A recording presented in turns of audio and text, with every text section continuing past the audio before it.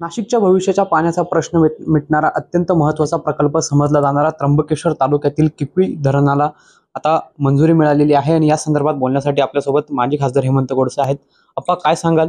किकवी धरण प्रकल्पाला पेयजल प्रकल्प जो आहे त्याला आता कॅबिनेटची मंजुरी मिळाली, काय सांगाल? मला असं वाटतं का नाशिककरांसाठी अतिशय आनंदाची बातमी आहे का बहुप्रतीक्षित असलेला हा किकवी धरण याला आज कॅबिनेटनी मान्यता दिली।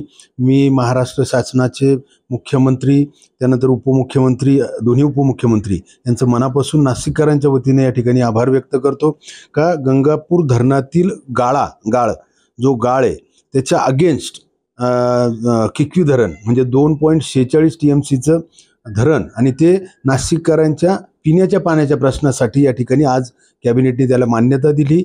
निश्चितच मला असं वाटतं का आपल्या भविष्यातील आपल्या नाशिक शहर असेल किंवा इतर नाशिक जिल्ह्यातील अनेक ग्रामीण भाग असेल, निश्चित त्या सर्वांसाठी पिण्याचा विषय असेल किंवा इतर काही विषय असतील तर निश्चित त्याचा फायदा सर्वांना होणार आहे। आपण याचबरोबर आणखी 2 जे प्रकल्प आहेत ते देखील त्याचा प्रस्ताव आपण दिल्याचं माहिती मिळालेली आहे, काय नेमकं असेल?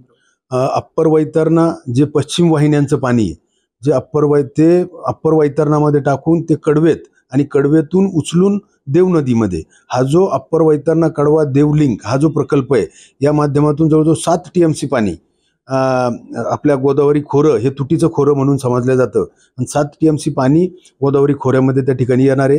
तो देखील प्रस्ताव अंतिम टप्प्यामध्ये आहे। आता त्याची सध्या राज्यपालांकडं तो प्रस्ताव प्रलंबित आहे। लवकरच त्याची जर मान्यता मिळाली तर तो प्रकल्प जवळ 17,000 कोटीचा आहे। त्यानंतर राज्यपालांच्या मान्यतेनंतर MWRRAची मान्यता आणि कॅबिनेटची मान्यता मला असं वाटतं का आचारसंहितेच्या जर अगोदर झाली तर निश्चितच मला असं वाटतं का एक खूप मोठा एक चांगला नदीजोड प्रकल्प आणि आपल्या गोदावरी खोऱ्यामध्ये ते पाणी येणार आहे तर निश्चित आपल्या मराठवाड्याला देखील त्याचा चांगला फायदा होणार।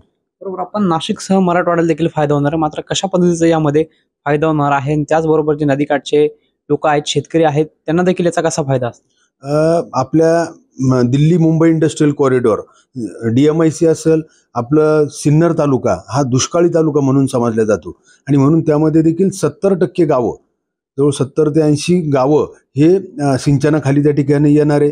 दुष्काळी समजलं जाणारं सिन्नर तालुक्याचा पिण्याचा पाण्या प्रश्न देखील त्या ठिकाणी मार्गी लागणार आहे आणि काही प्रमाणामधलं पाणी हे मराठवाड्याची देखील सातत्यानं पाण्याची मागणी असते आणि म्हणून मराठवाड्याला देखील काही प्रमाणामध्ये या माध्यमातून पाणी त्या ठिकाणी दिले जाणार आहे।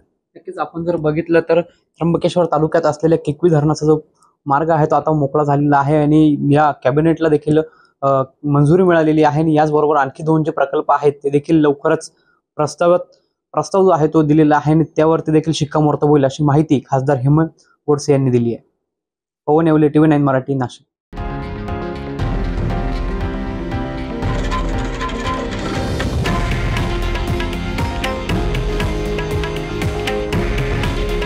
हे आहे देशातील नंबर 1 न्यूज नेटवर्क आणि आपण पाहत आहात TV9 मराठी। काळजी तुमची, हित महाराष्ट्राचं।